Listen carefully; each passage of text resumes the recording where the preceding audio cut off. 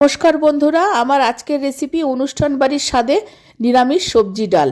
সব উপকরণ গুছিয়ে নিয়েছি, রান্না করতে করতে সব বলে দেব।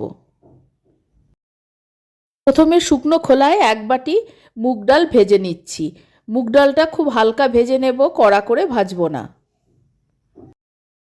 ভেজে নেওয়া মুগ ডালটা ভালো করে জল দিয়ে ধুয়ে নিচ্ছি। কড়াইতে অল্প সাদা তেল দিয়ে দিয়েছি, এবার সবজিগুলো ভেজে নেব। কোনো সবজি কড়া করে ভাজবো না, শুধু কাঁচা গন্ধটা চলে যাওয়া পর্যন্ত ভাজবো।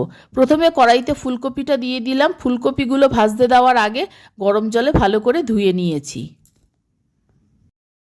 ফুলকপিগুলো কিছুক্ষণ নাড়াচাড়া করে নেওয়ার পর কেটে টুকরো করে রাখা বিনসগুলো দিয়ে দিলাম। ফুলকপি আর বিনসটা মিনিট খানেক ভেজে নেওয়ার পর কেটে টুকরো করে রাখা গাজরগুলো দিয়ে দিলাম।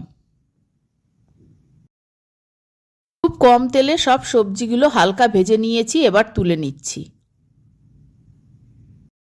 সবজি ভাজার কড়াইয়ের মধ্যেই জল দিয়ে দিলাম। এবার ধুয়ে রাখা ডালগুলোও দিয়ে দিলাম। ডালগুলো সিদ্ধ করে নেব। ডালটা সেদ্ধ করার সময় আন্দাজ মতো নুন আর হলুদ দিয়ে দিলাম। ডালটা প্রায় সেদ্ধ হয়ে এসেছে, আর ডালের এই ফেনাগুলো আমি তুলে ফেলে দেব। ডালটা 80% সেদ্ধ হয়ে গেছে, বাকিটা সবজির সঙ্গে সেদ্ধ হয়ে যাবে। এবার আমি ছাড়িয়ে রাখা মটরশুঁটিটা দিয়ে দিলাম। মটরশুঁটিটা ভাজিনি, কাঁচাই দিয়ে দিলাম। এবার ভেজে রাখা সবজিগুলোও দিয়ে দিলাম। ডাল আর সবজি আরও কিছুক্ষণ সেদ্ধ করে নেব। একবার ভালো মতো নেড়ে দিচ্ছি, তারপর হাই ফ্লেমে বাকিটা সেদ্ধ করে নেব। ডাল আর সবজি খুব ভালো মতো সেদ্ধ হয়ে গেছে, এবার ফোড়ন দিয়ে দেব। কড়াইতে অল্প সর্ষের তেল গরম করে নিয়েছি। 1 চামচ জিরে, 4টে শুকনো লঙ্কা আর 1 চামচ হিং ফোড়ন দিয়ে দিলাম। ফোড়নটা একটু ভেজে নেওয়ার পর টুকরো করে কেটে রাখা 2টো টমেটো দিয়ে দিলাম। টমেটোর সঙ্গে 1 চামচ আদা বাটা দিয়ে দিলাম। আদা আর টমেটো ভেজে নেওয়ার পর দিয়ে দিলাম 1 চামচ জিরে গুঁড়ো, 1 চামচ ধনে গুঁড়ো আর হাফ চামচ লাল লঙ্কার গুঁড়ো।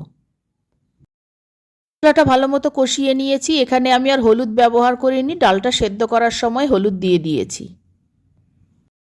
ফোড়নটা ডালের মধ্যে দিয়ে দিলাম, আর কড়াইতে লেগে থাকা মশলাটাও অল্প জল দিয়ে ধুয়ে দিয়ে দিলাম। এবার একটা সুগার ফ্রি দিয়ে দিলাম। 1 চিমটি গরম মশলা দিয়ে দিলাম। সব শেষে 1 চামচ ঘি দিয়ে দিলাম। সব উপকরণ খুব ভালো মতো নেড়ে দিচ্ছি, যাতে মশলাটা ভালোভাবে ডালের সঙ্গে মিশে যায়। তারপরে 2-3 মিনিট হাই ফ্লেমে ফুটিয়ে নিলেই তৈরি হয়ে যাবে নিরামিষ সবজি ডাল।